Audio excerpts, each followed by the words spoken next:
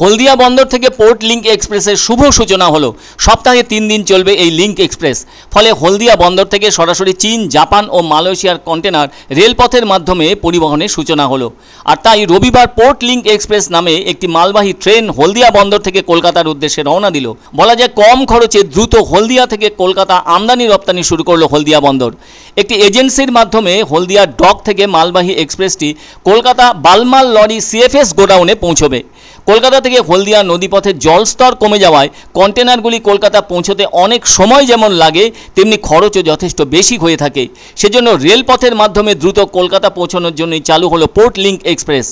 এদিন সকালে হলদিয়া বন্দরে ওই পোর্ট লিঙ্ক এক্সপ্রেস ট্রেনের উদ্বোধনে উপস্থিত ছিলেন হলদিয়া ডক কমপ্লেক্সের ডেপুটি চেয়ারম্যান অমল কুমার মেহরা সহ ওই বন্দরের অন্যান্য আধিকারিকেরা। ঠিক হয়েছে, প্রাথমিকভাবে সপ্তাহে 2-3টি ট্রেন চালানো হবে।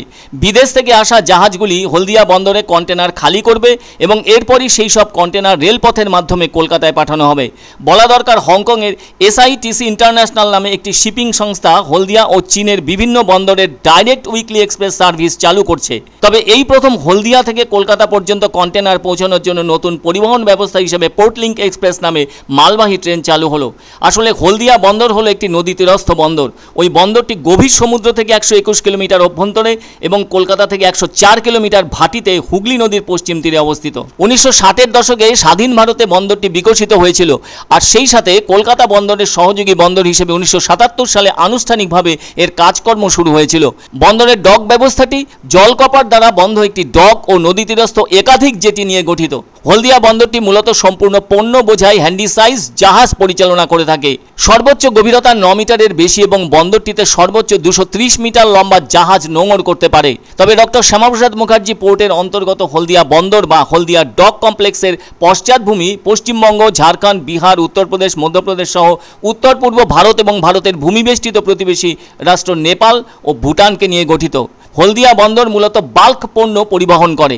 অন্যদিকে কলকাতা বন্দর কর্তৃপক্ষ 2018 সালের মার্চ মাসে হলদিয়া ডক কমপ্লেক্সের অধীনে হলদিয়া ফ্লোটিং টার্মিনাল নামে পরিচিত একটি ভাসমান জেটি চালু করেছিল, যা লক গেটের উপর নির্ভর করে সম্পূর্ণভাবে অতিক্রম করে। এদিকে হলদিয়ার আউটার টার্মিনাল 2 2022 সালের মার্চে চালু করা হয়। আর এবার তো হলদিয়া থেকে কলকাতায় পোর্ট লিঙ্ক এক্সপ্রেস মালবাহী গাড়ি যাতায়াতের সূচনা হলো। বিদেশের পণ্য বোঝাই কন্টেনারগুলো ওই পরিবহনের মাধ্যমে কলকাতায় পৌঁছানোর সহজ ব্যবস্থা হলো। আজকে আমরা পোর্ট লিঙ্ক এক্সপ্রেস বলে পিস্টাইনের সঙ্গে হাত মিলিয়ে কলকাতা হলদিয়া থেকে কলকাতা বামালদারি সিএফএস এর কানেকশন চালু করলাম কন্টেনার ট্রেন। এটার জন্য আমি ধন্যবাদ জানাই আমাদের ম্যানেজমেন্ট প্লাস কাস্টমস অথরিটিকে। তারা এ সংক্রান্ত পাবলিক নোটিফিকেশন ইস্যু করেছে, করার পর এটাই প্রথম ট্রেন যাচ্ছে। উদ্দেশ্য হচ্ছে, আপনারা জানেন কলকাতা থেকে হলদিয়ার ড্রাফট বেশি থাকার কারণে শিপিং লাইনগুলো তারা কন্টেনারটা বেশি এখানে আনলোড করতে পারে, অনেক বেশি লোড নিতে পারে।